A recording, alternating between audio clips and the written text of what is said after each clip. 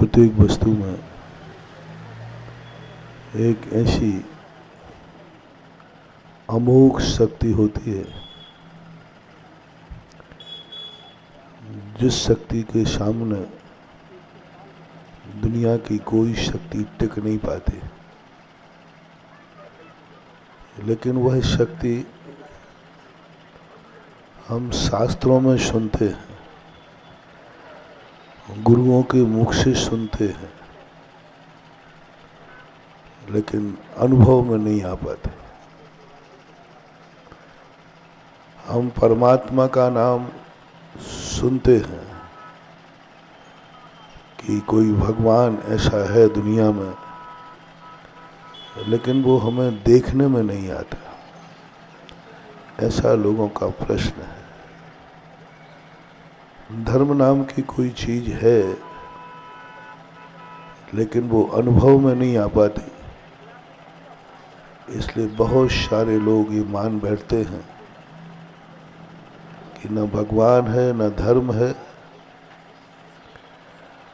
और ना ही वह अमोघ शक्ति है। जो कुछ भी है मैं ही हूं। यदि मैं ही हूं ऐसी अनुभूति भी हो जाए तो भी व्यक्ति को सब कुछ समझ में आ जाएगा। हमें अभी भगवान है कि नहीं इस पर विचार नहीं करना है। अभी तो पहले यह घोषणा करो कि तुम हो कि नहीं। अभी तो तुम यही घोषणा नहीं कर पा रहे हो कि मैं हूं भी कि नहीं हूं। भगवान के पास बाद में, भगवान तो बहुत बाद में मिलता है, धर्म तो बहुत बाद में मिलता है। अमोघ शक्तियां तो जब महसूस हो। तुम्हारा सारी संपत्ति तुम्हारी दुनिया में है, पहले ये तो बताओ कि तुम हो कि नहीं। और तुम हो तो तुम्हारी संपत्ति कितनी है, तुम्हारी खुद की संपत्ति कितनी है, तुम पूर्वजों की संपत्ति के अधिकारी कैसे हो, और पूर्वजों की संपत्ति यदि चाहिए है तो तुम्हें ये स्वीकार करना पड़ेगा कि मैं भी हूं और मेरे पूर्वज भी हैं। तुम्हारे पूर्वज दुनिया में थे, इसका प्रमाण पत्र क्या है? तुम्हारे दादाजी, पिताजी आदि थे, तुम्हारा पास प्रमाण पत्र क्या है कि थे? मान लो किसी अबोध बालक से पूछा गया जिसने अपने पूर्वजों को देखा ही नहीं, तो वो भी कहेगा थे। प्रमाण पत्र क्या है? बोले मैं हूं ना।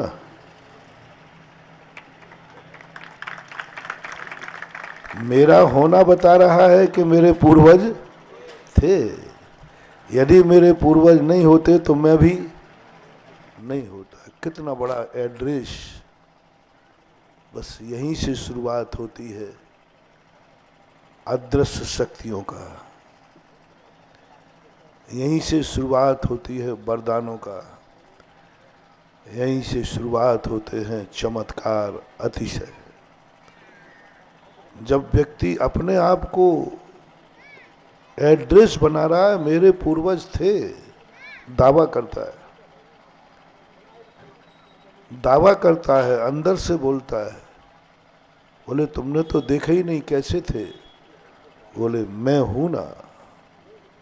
अपने पूर्वजों का एड्रेस स्वयं को बना देना, बस यही एक सच्चे सपूत का लक्षण होता है। अब सारे पूर्वज तेरे पर फिदा हो जाएंगे।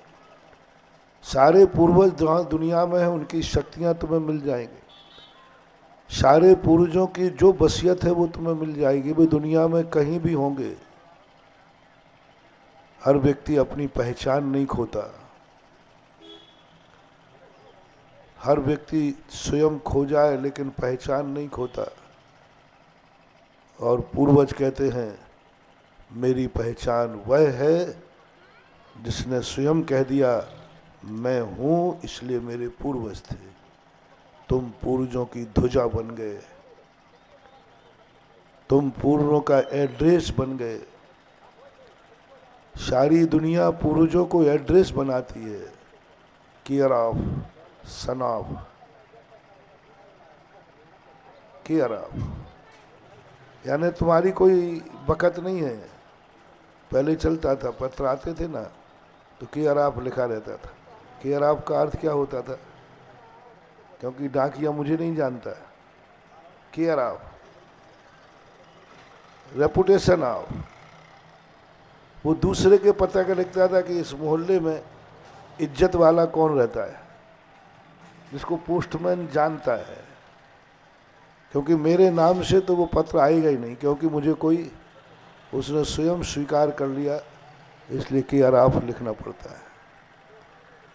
व्यक्ति स्वयं का एड्रेस पिताजी का नाम लिखता है, शनाव। जब हमें दूसरों का एड्रेस का सहारा लेना पड़े, समझ लेना चाहिए तुम इस संसार के सबसे बड़े बदकिस्मती हो, शक्तिहीन हो।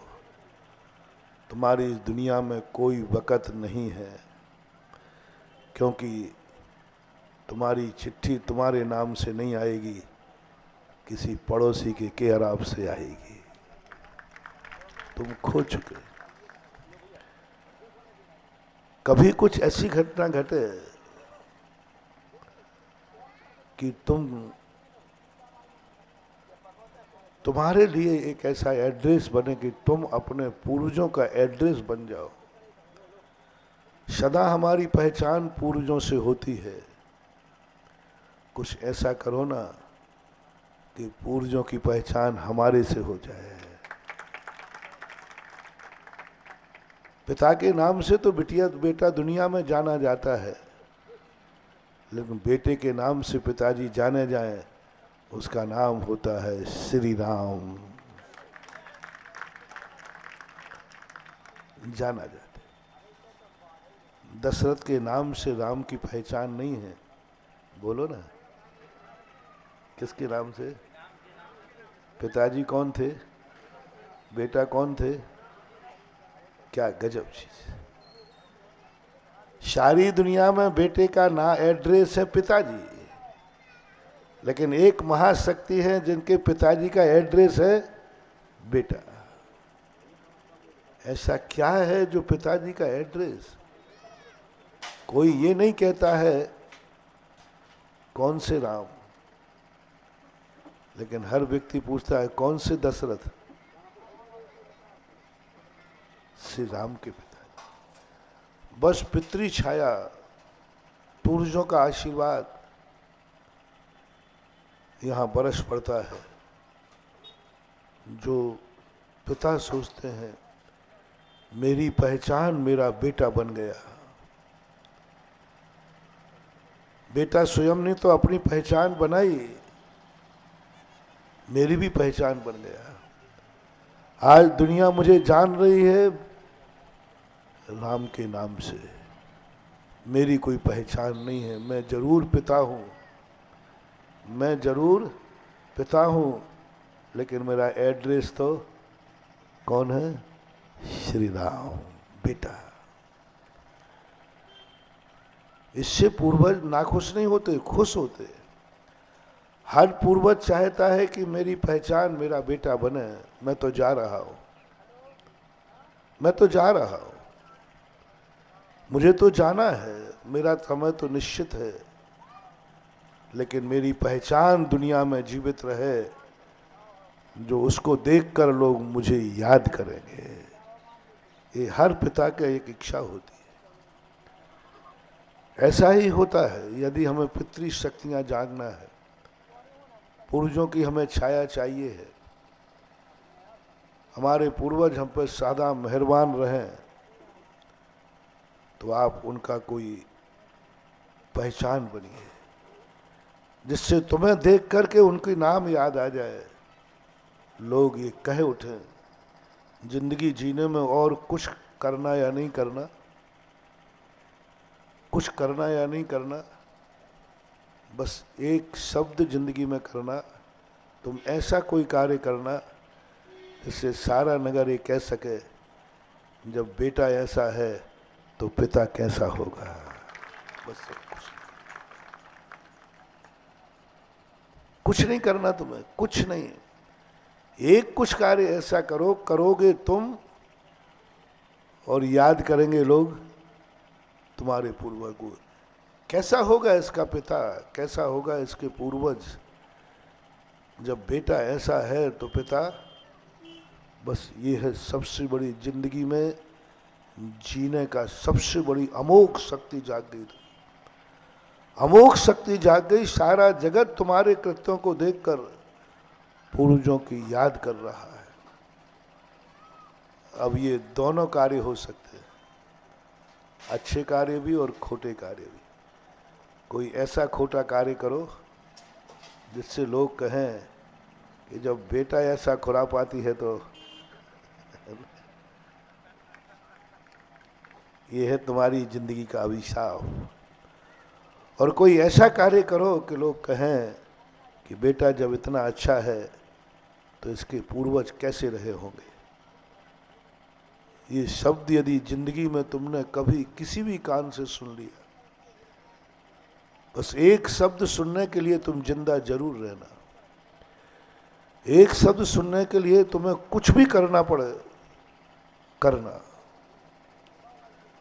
और पूरी जिंदगी में कहीं एक शब्द सुनाई पड़े कि ये ऐसा है तो इसके पूर्वज कैसे हैं, बस तुम्हारा मनुष्य बनना सफल हो गया, सार्थक हो गए, तुम धन्य धन्य हो गए। अब तुम्हें अपनी जिंदगी संबंध में कुछ नहीं विचारना, तुम वहीं पहुंचोगे जहां तुम्हारे पूर्वज हैं, फिर से मिलेंगे। हर व्यक्ति का कोई ना कोई तुम्हारे जीवन में चला गया,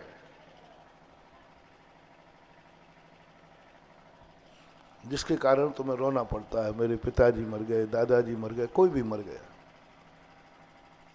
आप क्यों रो रहे हैं? मर गया तो मर जाना, तुम तो जिंदा हो ना। अरे नहीं महाराज, ऐसी बात नहीं है, उनके उपकार हमारे ऊपर हैं, उन्होंने हमें ये दिया, आप रोते हो तो क्या चाहते हो? लिधोरा में कोई भी व्यक्ति मरते भी हैं कि नहीं मरते? मैं पूछ रहा हूँ, पहली बार आया हो ना इसलिए। मरते तो होंगे, स्मशान घाट तो होगा ही होगा, ऐसा हो ही नहीं सकता। तो तुम मरने से, मरते हैं तो उनके मरने से लिधोरा वाले दुखी होते हैं कि खुश होते हैं? पूछ रहा हूँ, पूछने में कोई बाधा नहीं है। पहली बात आपने कह दिया लिधोरा में लोग मरते भी हैं। महाराज मरते ही हैं तो 4-8 दिन में कोई एक आध। उनके मरने पर लिधोरा के लोग खुश होते हैं कि दुखी होते हैं? बड़ा थोड़ा कठिन प्रश्न है। उनके मरने से लोग दुखी होते हैं कि खुश होते हैं? लिधोरा का जब कोई व्यक्ति मरता है तो सबको खुशी होती है कि दुख होता है? लिधोरा वाला बताया तो अच्छा है। अंदर से बोलना भाई, ध्यान रखना है, हाँ, नहीं तो पड़ोसी बढ़ जाए तो बोले अच्छा रहा, निपट गया। नहीं, हमारे भारत पे हमें गर्व है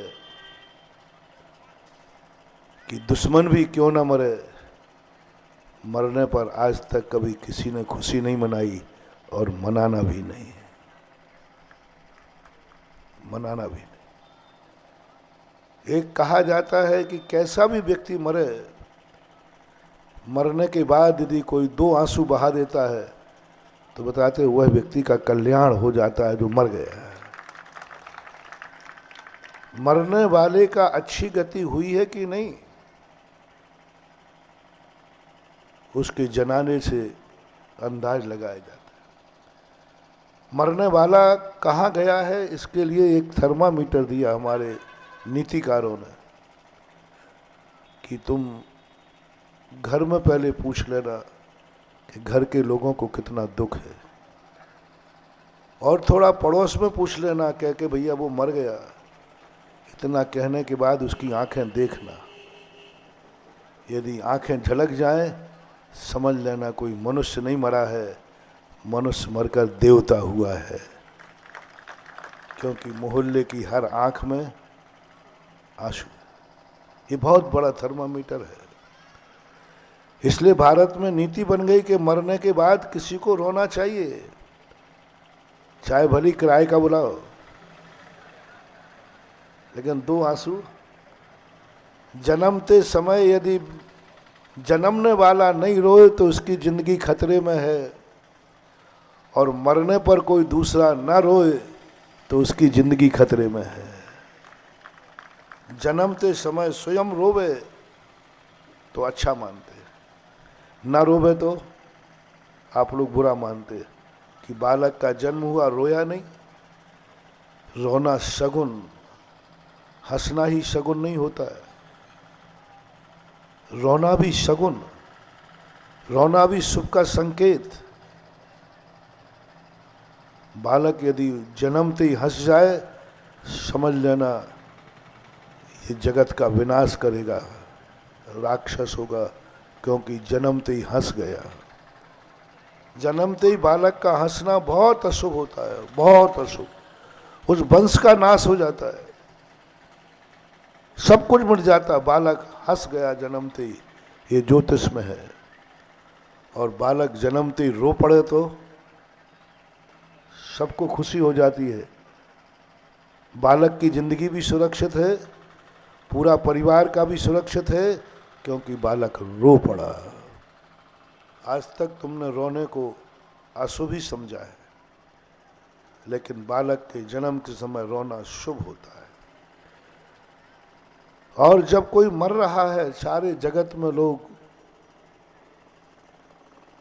रोने को, कभी भी किसी यात्रा पर जाएं तो अपन चुप करते, भैया रो मत, यात्रा पर जा रहा है।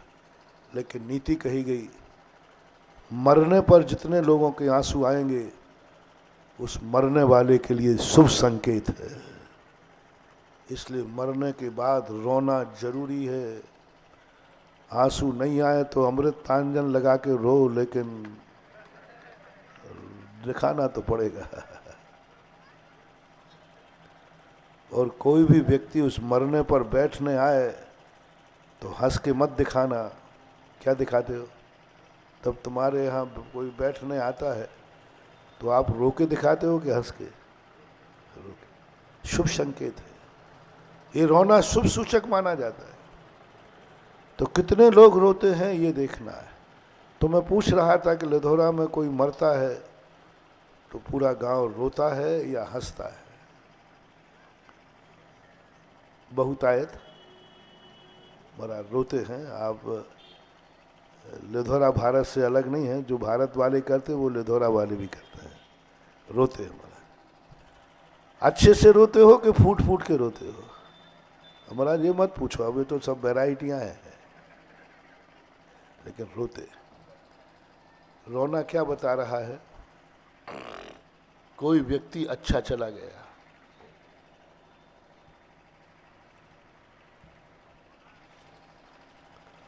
तो अब क्या चाहते हो आप? जो लिधौरा में यहां से मरण करके गया है, वह व्यक्ति जिनका बाप दादा जो कुछ भी हो, उनको मैं फिर से मिला सकता हूं। अब तुम कहो महाराज जी आपने लिधौरा में चमत्कार दिखाना चालू कर दिया। अब मेरा नाम ही तुमने अभी अशोक नहीं बोला, चमत्कार। तो मैंने कहा भाई ठीक है, अब कुछ तो चमत्कार दिखाओ। जब कोई टाइटल देवे तो उसको झूठा सिद्ध नहीं करना। क्या करना? तो चमत्कार दिखाता हूं। तुम्हारे सारे पूर्वज मरे हैं, मरण को प्राप्त हुआ, आपको उनसे दुख है। मैं तुम्हारे दुख को बहुत अच्छी ओरिजिनल मानता हूं, अंदर की बात तुम जानना। अब बोलो, उन सारे पूर्वजों को आपको दुख है, तो मैं समझ रहा हूं कि उनके जाने से आप दुखी हो, मैं उनको पुनः मिला दूं?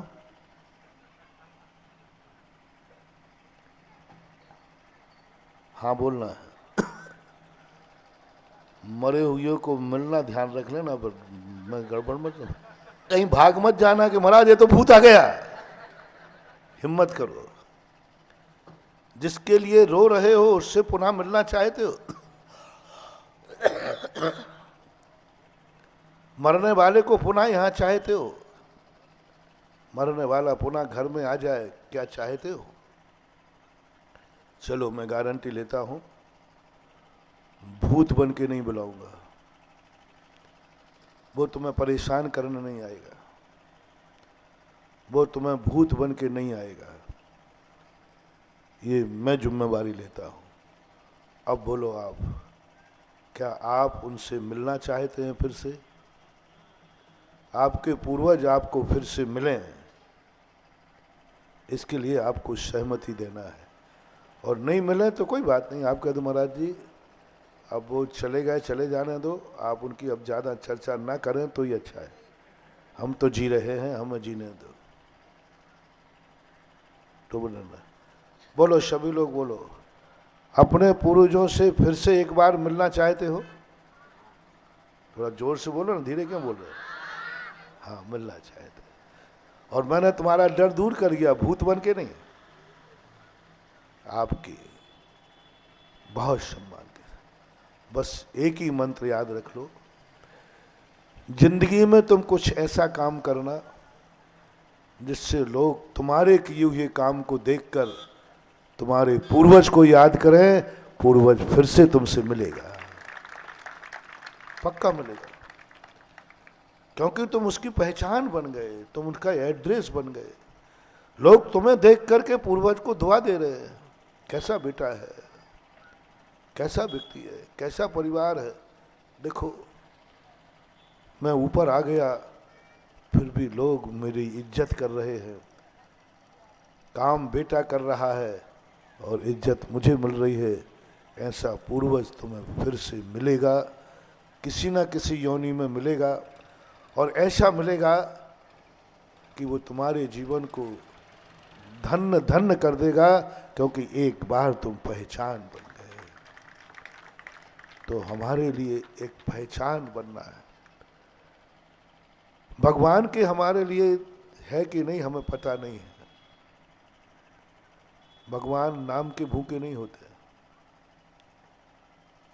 भगवान अपनी जय जयकार नहीं चाहते। कुछ ऐसा करो कि तुम्हारे नाम से भगवान की पहचान हो जाए। तुम करो ऐसा कि तुम्हें देखकर लोग कहें तुम ऐसे हो, तो जरूर तुम्हारा भगवान कैसा है। तुम ऐसे चेले बनो, देखकर कहें तुम ऐसे हो, तो तुम्हारा गुरु कैसा होगा। हम बड़ों को अपनी पहचान बना रहे हैं। भगवान हमारी पहचान है, गुरु हमारी पहचान है, पूर्वज हमारी पहचान है। ये परंपरा तो अनादिकाल से चली आई। कुछ ऐसा करना है कि भगवान की हम पहचान बन जाए। और जिस दिन तुम भगवान की पहचान बन जाओगे, भगवान तुम्हारे चारों तरफ तुम्हारे ऊपर छाया कर देगा। भारत के लोगों ने भगवानों को बहुत गलत समझ रखा है। वो समझते हैं भगवान पूजा से प्रसन्न होते हैं, भगवान प्रसाद से प्रसन्न होते हैं, भगवान जल से प्रसन्न होते हैं, भगवान मंदिर बनाने से प्रसन्न होते हैं। ये धारणाएं अपन सबकी हैं। यदि भगवान का हम अच्छी पूजा करेंगे तो भगवान, अच्छी जयकार बोलेंगे तो भगवान खुश हो जाएगा, अच्छी पूजा करेंगे तो भगवान खुश होगा। नहीं महानुभाव, यदि अच्छी पूजा करने से भगवान खुश हो जाए तो अपन सब फेल हो जाएंगे, पापी पास हो जाएगा। तुम अधिक से अधिक खुश होकर के क्या चढ़ाओगे? एक नारियल ले आओगे? रावण कहता है महाराज यदि आप चढ़ाने से खुश होते हैं तो लुधियाना वाले तो नारियल ही चढ़ा रहे हैं, मैं तो सिर ही चढ़ाए देता हूँ। आप क्या करोगे? नारियल बड़ा कि सिर बड़ा? वो पास हो जाएगा, अपन फेल हो जाएंगे। नहीं, सबसे बड़ी पहचान है भगवान क्या चाहते हैं, तुम मेरी पहचान बनो, तुम कुछ ऐसा कार्य करो लोग समझ जाएं कि भक्त ऐसा है तो भगवान कैसा होगा। जैसे हनुमान जी, दुनिया में मंदिर श्री राम के ज्यादा हैं कि हनुमान जी के, है ना? क्यों, क्या बात है? राम जी के मंदिर बहुत कम हैं और हनुमान जी के मंदिर पद पद पर है। गली गली में भी मिल जाए तो कोई बड़ी बात। क्यों, क्यों ऐसा हो रहा है? क्यों ऐसा कर रहे हो? भगवान तो श्री राम थे, हनुमान तो भक्त था, लेकिन सारे जगत ने उस भक्त को गली गली में बैठाल दिया, मोहल्ले मोहल्ले में बैठाल दिया। और आज जब संकट आता है तो कोई श्री राम का नाम नहीं लेते, किसका लेते हो? क्यों, क्या था हनुमान में ऐसी कि रामचंद्र जी उनसे खुश थे? उनको तो नाराज होना चाहिए था रामचंद्र जी को, कही हे हनुमान, तू मेरे से ज्यादा पूछ रहा है, तेरे मंदिर मेरे से ज्यादा बन रहे हैं। खोटा भगवान होगा तो वो चिढ़ जाएगा, लेकिन भगवान खोटा नहीं था, चोखा था। भगवान को इसी बात की खुशी हो रही है, मुझे पूजा से मतलब नहीं, मैं हनुमान से इसलिए खुश हूं कि हनुमान मेरी पहचान बन गया है। लोग हनुमान को देखते हैं और मुझे याद करते हैं कि जब भक्त ऐसा है तो भगवान कैसा होगा। हनुमान ध्वजा बन गए राम की, हनुमान ध्वजा बन गए राम की, हनुमान मील का पत्थर बन गए राम की मंजिल की। हनुमान मील का पत्थर बन गए, और जैसे ही हनुमान का पत्थर लोग देखते हैं समझते हैं जरूर ये रास्ता श्री राम के पास जाता है। क्योंकि कैसे जाना कि तुम्हारा ये पत्थर, ये रास्ता राम के पास जाता है? बोले मील का पत्थर कौन है? मील के पत्थर को देखकर राम की मंजिल पता चल गई। हनुमान की ध्वजा देखकर पता चला जरूर इस मंदिर में, बोलो ऊपर से ध्वजा देखी, बोले किसकी ध्वजा लगी है? बोले हनुमान की। नियम से इसके अंदर राम जी का विराजमान है, क्योंकि अन्यथा हनुमान की ध्वजा को देखकर राम का ज्ञान। जितनी भी कथाएं हमने जैन दर्शन में पढ़ी, वैष्णव दर्शन में देखी, उनमें यही लिखी, हर व्यक्ति उसकी पहचान बन गया। सिद्धों की पूजा करने से सिद्ध चक्र कोई अतिशय नहीं होता है।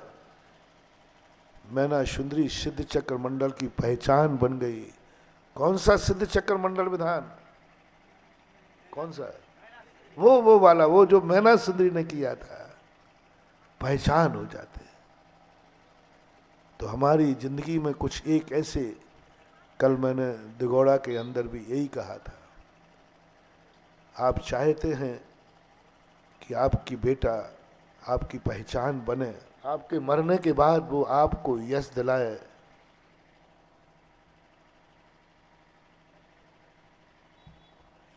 तो कल कहा था मैंने कि आपने कोई अपने बेटों के खातिर कोई बुराई छोड़ी है? क्या बलिदान दिया है? बहुत बड़ी बात कल कही थी। क्या बलिदान दिया है आपने पूर्वजों के प्रति? क्या बलिदान किया है आपने बच्चों के प्रति? कल हमने बच्चों के प्रति कहा था, कल बच्चों के प्रति कहा था, क्या तुमने कभी सोचा कि तुम अपने बच्चों में कौन सी बुराई नहीं चाहते हो? कल कहा था ना कि आप लोग पूछते महाराज जी कोई एक चीज बताओ जो एक बुराई में छोड़ना चाहता हूं आपके। पास एक बुराई छोड़ना चाहता। आप बताओ महाराज क्या छोड़ूं? तो मैं नहीं बताता, मैं उन्हीं से पूछता हूं, तुम बताओ तुम अपने बच्चे में कौन सी बुराई नहीं चाहते हो? तुम्हारे में नहीं, तुम्हारे में नहीं। तुम तो कहो महाराज मैं तो बुरा कभी करते ही नहीं, आपको तो मालूम है। हम तो बुरा करते नहीं। हम तो ये पूछ रहे हैं कौन सी ऐसी बुराई है जो तुम चाहते हो ये बुराई मेरे बच्चे में ना हो। बस एक बुराई छोड़ देना, महाराज के कहने पर नहीं, भगवान के कहने पर नहीं, अपने बच्चे के खातिर छोड़ देना। वो बच्चा तुम्हारा नाम रोशन कर देगा। क्या चाहते हो कि हमारे बेटे में एक अच्छाई हो, तो बस तुम कभी कोई अच्छा ऐसी बात करो। कोई पूछे इतना अच्छा कार्य तुम कैसे कर रहे हो? क्योंकि इतनी अच्छी मैं अपने बेटे को देखना चाहता। बेटे में जो अच्छाई चाहिए है वो तुम अपनी जिंदगी में जरूर करना, और बेटे में जो बुराई नहीं चाहते हो उसको अपनी जिंदगी में कभी आने नहीं देना। एक आज यहाँ पूर्वजों की बात चर्चा में आई है, तो तुम वो कभी मत करना बुराई में जो तुम्हारे पूर्वजों में नहीं थी। आपसे तो मैं बोलूँगा ही नहीं, क्योंकि मैं जानता हूँ मैं घटिया खाले में घूम रहा हूँ, और घटिया खाले में किसी को छेड़ना अच्छी बात नहीं है, क्योंकि ये मऊओं का देश है। चारों तरफ मऊआ मऊआ, रास्ते में ज़्यादा मऊआ ही मिलते हैं, और मऊआ जहाँ है और मऊआ की जहाँ चढ़ी हो वहाँ ज़्यादा इनको छेड़ना ठीक ठाक नहीं है। इसलिए मैं आपसे नहीं कह रहा हूँ कि आपको ये नहीं करना ये करना, आप तो बस इतना सा पूछ रहा हूँ कि तुम्हारे पूर्वजों में कोई अच्छाई थी या नहीं। तुम्हारे पूर्वजों को तुम गर्व से कह सकते हो कि मेरे पूर्वजों में यह बुराई नहीं थी, यह बुराई नहीं थी। आपको सबको आज होमवर्क दे रहा हूं लिधोरा के लिए। तुम अपने पूर्वज जितनी पीढ़ियां आपको याद हो, पिताजी दादाजी, उनकी कोई ऐसी चीज बताओ जो कहो मेरे पूर्वजों में यह बुराई नहीं थी। कौन सी बुराई नहीं थी बताओ। इसके लिए पहले आप बुराइयों की लिस्ट बनाइए, फिर कहिए कि ये मेरे पूर्वजों में बुराई थी। तुम्हारे पूर्वज गंदे थे कि अच्छे थे? जल्दी बोलते जाओ, टाइम ज़्यादा नहीं है। क्योंकि तुम्हारे पूर्वज अच्छे थे या बुरे थे? थोड़ा जोर से बोलो। अच्छे थे। तुम्हारे पूर्वजों में कौन सी बुराई नहीं थी? थी नहीं पूछ रहा हूँ। क्या वो मांसाहारी थे? क्या वो शराबी थे? क्या वे गंजेड़े भंगेड़े थे? क्या वे गुटखा खाते थे? क्या कोई व्यसन करते थे? पक्का गांजा भांग कुछ भी पीते हो तो वो नोट कर लेना। करते थे कि नहीं? नहीं करते थे। प्रमाण पत्र क्या है? मैं आरोप लगा रहा हूं तुम्हारे पूर्वजों पर कि वो तुम्हारे पूर्वज सभी प्रकार के पाप करते थे। जुआड़ी भी थे, शराबी भी थे, गंजड़ा भी था, भंगड़ा, संसार की सारी बुराइयां उसमें थी। मैं एक आरोप लगा रहा हूं लिधोरा के जितने पूर्वज मरे हैं उन सब पर। प्रवचन यहीं खत्म कर दो। ध्यान रखना, ये लाइव में पहुंच चुका है, दुनिया में पहुंच चुका है कि लिधोरा के जितने भी लोग मरे हैं वे सब बहुत गंदे थे, सारी बुराइयां थी, वे पापी थे। लिधोरा में बैठकर खुद महाराज ने कहा है और जनता मौजूद थी। गवाह आप लोग हो। आप बेटा फंसो, मैं ही नहीं फंसूंगा, तुम भी फंसोगे। खंडन आपको करना है, आरोप तो आप पर लग चुका है। और वो भी बड़ी मंच से लगा है, और साधु के मुख से लगा है। ओहो महानुभाव, बहुत बड़ा मौका है। दावा करके कहो खड़े होकर, महाराज जैसा आपने कहा ऐसे मेरे पूर्वज नहीं थे। सबूत क्या है तुम्हारे पास? बस छाती ठोक कर कहना, मैं खड़ा हूं ना महाराज आपके सामने। मेरे पूर्वजों में बुराइयां नहीं थी क्योंकि बुराइयां मेरे में नहीं है, यही तो पता है मेरे पूर्वज का। ये दावा ठोकना है। मेरे पूर्वज गंदे नहीं थे क्योंकि मैं गंदा, मेरे पूर्वज शराबी नहीं थे क्योंकि मैं शराबी, मेरे पूर्वज में कोई पाप नहीं किया क्योंकि मैंने पाप किया। ये एड्रेस दावा कर सको। मैं पूछूंगा कि भाई तुमने अपने पूर्वजों को देखा है क्या? नहीं थे तुम्हारे पास, क्या सबूत है?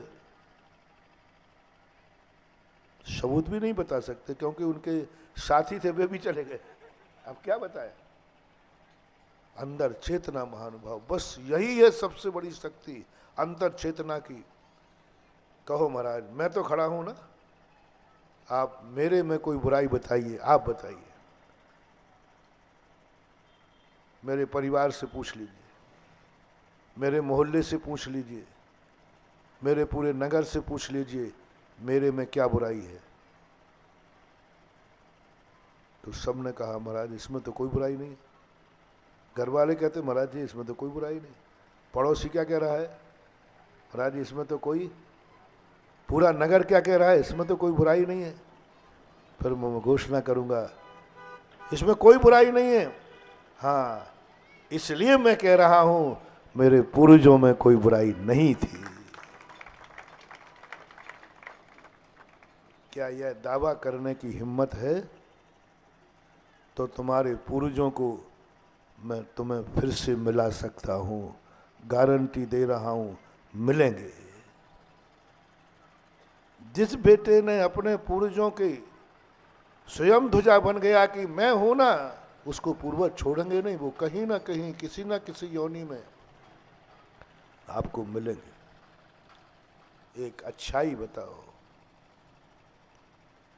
ऐसी कोई एक अच्छाई लो जो तुम्हारे पूर्वजों में थी। ये तो बुराई की बात की, कोई अच्छाई। महाराज अब बुरे ही नहीं थे मेरे पिताजी, अच्छे भी थे। बोले क्या अच्छे थे, क्या सबूत है? बोले मेरे की अच्छाई देखो मेरे में क्या है। ऐसी कौन सी अच्छाई है जो पूर्वजों को अच्छा सिद्ध कर दे? ऐसी कौन सी बुराई का त्याग किया है जिससे पूर्वजों पर लगा हुआ धब्बा साफ हो जाए कि मैं बुराई नहीं हूं तो पूर्वजों में। ये हर व्यक्ति को प्रयास करना है। इसमें कोई जाति से मतलब नहीं है। ये तो हर व्यक्ति मानव तो है ही ना, ये मानव है। बस कोई भी कृत्य करते समय भगवान के संबंध में यही सोचना, भगवान है कि नहीं। मेरे पास कोई प्रमाण पत्र नहीं है, लेकिन भगवान है क्योंकि मैंने भगवान के नाम पर, मुझे बहुत बुरा करने का भाव होता है लेकिन मैं नहीं करता क्योंकि मैं भगवान को मानता हूं। भगवान को मानता हूं, भगवान के नाम पर मैंने बुराई छोड़ दी क्योंकि मैं कोई बुराई करूंगा तो लांछन भगवान के ऊपर जाएगा। एक बार मैं रास्ते में बिहार कर रहा था। भारतीय संस्कृति है बीड़ी सिगरेट पीने की, तो मैं वहीं बैठा था, कुछ लोग बीड़ी सिगरेट पी रहे थे, तो मैंने कहा पी रहे होंगे कोई बात नहीं, मैंने उस पर ध्यान नहीं दिया। उन्होंने बीड़ी जला करके दूसरे को दी और कहा भैया राम राम। ये शब्द सुनते ही मैं बौखला गया। मैंने कहा भैया इधर आओ, तुम लोगों ने बीड़ी पी है, मुझे इससे कोई ऐतराज नहीं है, तुमने बीच में राम जी का नाम क्यों लिया? बोले महाराज ले लेते हैं तो हमारे यहाँ की परंपरा है। मैंने कही नहीं, इस परंपरा से बीड़ी तुम पी रहे हो और लांछन कि राम जी भी पीते होंगे तभी तो नाम ले रहे हैं।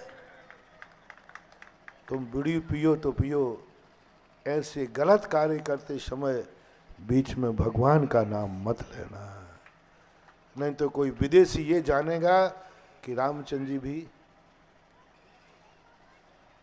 तो होली आती ना, होली में आप भांग खाते, भांग तो मैं भांग पुष्कर में था एक बार होली, तो वहाँ भांग बहुत घुटती है। पुष्कर है ना राजस्थान, भांग बहुत घुटती है। तो मैंने भगवानों से पूछा, मैंने कि भाई ये भांग आज क्यों? अरे महाराज जी आपको मालूम नहीं, भोला का प्रसाद है। अरे अब मैं फिर बहुत ऐतराज हुआ। फिर वह प्रवचन चौराहे पे हुआ। मैंने कि बेटा तुम भांग खाओ, मुझे इतनी आपत्ति नहीं है, लेकिन भोला का नाम लेके मत खाओ, बर्बाद हो जाओगे। भोला ने कभी भांग नहीं खाई, उसने तो समुद्र मंथन में एक जहर का घंटा निकला था, वो जो पीता वो मर जाता, लेकिन जगत को जिंदा रखने के लिए शंकर ने वो जहर पिया था, भांग ने। वो भी किस लिए? जगत को जिंदा रखने के लिए पिया था, तुमने उसको भांग बना लिया। बंधु, कोई भी पाप तुम्हारी जिंदगी में हो, वो भगवान के नाम से नहीं होना चाहिए। भगवान का नाम लेके नहीं करना, बाकी तुम करते हो तो करो। तुम्हें एक ही बात विचार करना है, मेरा किया हुआ कृत्य उस पवित्र आत्मा को भी लांछित कर देगा। तुम बीड़ी पीते हो पियो, राम राम कह के मत पियो। हाँ, क्या नहीं है तो मैं एक नाम दिए देता हूं। बीड़ी पीते समय कहना जय रावण, क्या बोलना? तो कम से कम ये लांछन किस पे जाएगा? रावण पर। हमारे राम ने तो बेचारे ने बीड़ी तो क्या है, कोई गलत चीज कभी की ही नहीं है, लेकिन अपन लोगों ने कुछ ऐसी परंपराएं बना दी। इसलिए कोई कार्य करते समय ये सोचना कि मेरे सारी दुनिया जानती है कि मैं भगवान का भक्त हूं, और मैं कुछ भी करूंगा तो लोग ये समझेंगे जब भक्त कर रहा है तो भगवान भी करता होगा। इसलिए मैं भली कितने ही पापी बन जाऊं, लेकिन मेरे कृत्य के कारण मैं भगवान को बदनाम नहीं होने दूंगा। और एक अच्छी बात ऐसी भगवान की लेना जिस कारण से लोग कह सकें कि तुम इतने अच्छे हो तो तुम्हारा भगवान कितना अच्छा होगा। एक व्यक्ति से भी हमारी भगवान की बहुत बड़ी शान उठ सकती है। इसलिए आपका लेधोरे ग्राम में आया, देखो लेधोरा के पुण्य से तुम्हें आया नहीं। कोई भी व्यक्ति पागल नहीं है साधु जो कि गर्मी में उस 7 किलोमीटर चक्कर में लगाए। क्या ये पैर फोकट करेंगे? लेकिन एक व्यक्ति ने लेधोरा को आ लिया जिसका नाम तुम्हारे यहाँ अशोक ब्रह्मचारी है। हमारे संघ का सबसे पुराना ब्रह्मचारी है ये, और संजय दोनों ही थे ना, पुराने ब्रह्मचारी है, सबसे पुराना।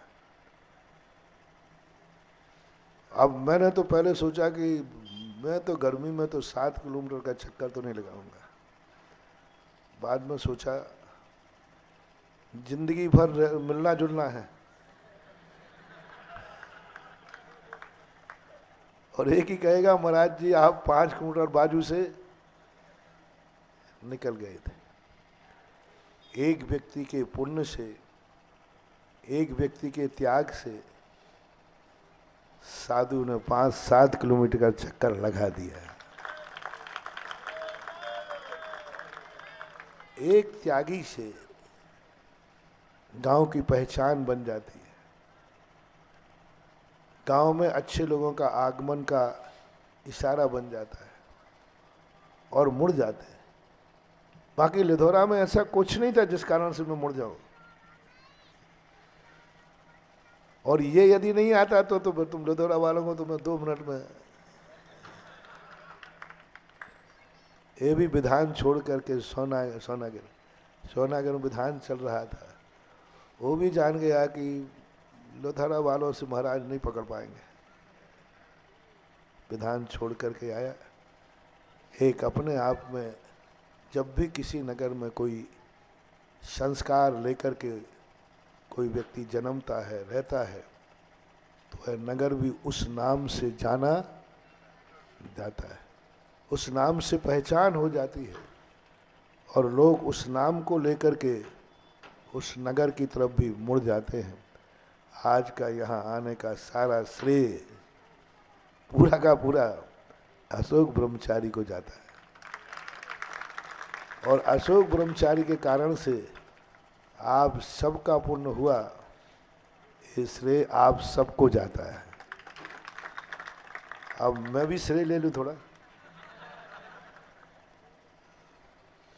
यहाँ आ गया अशोक के कारण, तुम्हारे सबके पुण्य के कारण।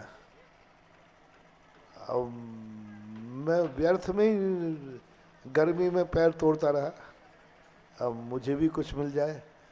तुम्हें मिल गया कि नहीं ये बताओ पहले। मैं आ गया हूँ कि नहीं, कि अभी नहीं आया है? लिथोरा ही है ना ये। आ गया, मिल गया, तुम धन्य हुए कि नहीं, बोलो ना। तो अब तुम मेरी भी तो सोचो कछु। मैं क्या व्यर्थ में यहाँ से चलता आया 7 किलोमीटर, व्यर्थ में गर्मी में चला आया। बस मेरी उपलब्धि यही है कि मैं भी श्रेय ले लूँ कि मैं लिथोरा इसलिए गया कि यहाँ के लोग अपने पूर्वजों की पहचान बनते हैं और आने वाली संतान के आदर्श बनते हैं।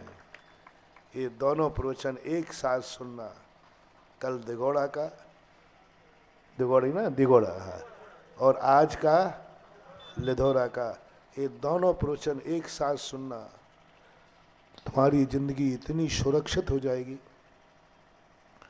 तुम्हारी जिंदगी वह अमोघ शक्ति को पा जाएगी।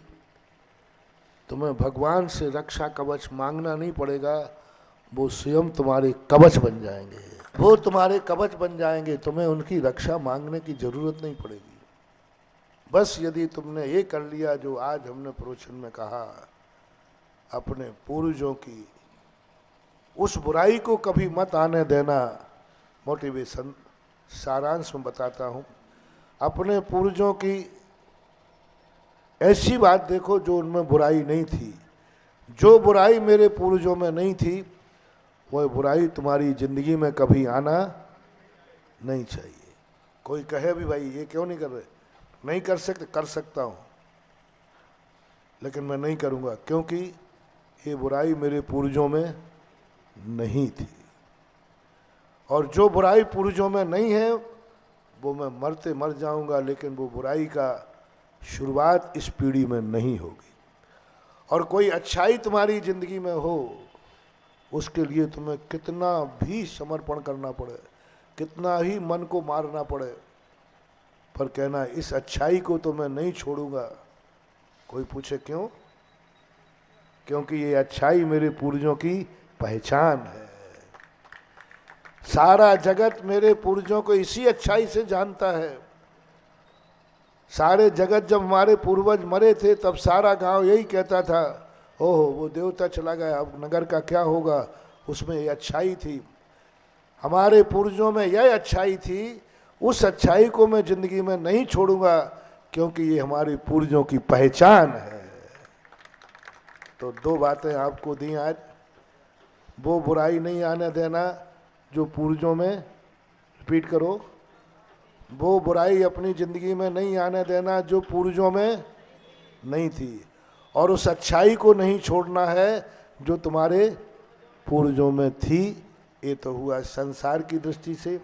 परमार्थ की दृष्टि से ऐसी कोई बुराई मत करना, ऐसा बुरा मत करना जिसका लांछन भगवान के ऊपर चला जाए। करोगे कौन? तुम। और बदनाम कौन होगा? भगवान। सावधान, क्योंकि सारे जगत को मालूम है कि मैं उन भगवान को मानता हूं और उनका नाम लेकर ये पाप कर रहा हूं, तो नियम से जगत समझेगा कि ये पाप भगवान भी, जिस पाप से तुम्हारा भगवान बदनाम हो वो नहीं करना। और जिस कारण से भगवान का नाम हो। प्रवचन का प्रारंभ याद करो, ऐसा कोई कार्य करो कि सारा जगत कहे कि जब भक्त ऐसा कार्य कर रहा है तो इसका भगवान कैसा होगा। हम इनकी ध्वजा बन सकें पूर्वजों की, हम ध्वजा बन सकें भगवान की, हम ध्वजा बन सकें धर्म की, तो हमारे अवभाग्य होते हैं। हम मंदिर बने या न बने, हम मंदिर बने या न बने, मंदिर की वेदी पर भगवान बन के बैठे या न बैठे, लेकिन मंदिर की ध्वजा जरूर बनना वो बहुत सस्ती है। मंदिर बनना कठिन है ना, और भगवान बनना और कठिन है। ये नहीं बन पाओ, पंचम काल है, हम भगवान नहीं बन पाएंगे, हम मंदिर नहीं बन पाएंगे, हम मंदिर में नहीं बैठ पाएंगे, कोई बात नहीं। लेकिन पंचम काल में सबसे बड़ी विशेषता है कि वो मंदिर की ध्वजा जरूर बन सकता है, धर्म की ध्वजा जरूर बन सकता है। यदि हम ध्वजा भी बन गए तो भी हमारा जीवन धन्य है। महावीर भगवान की जय।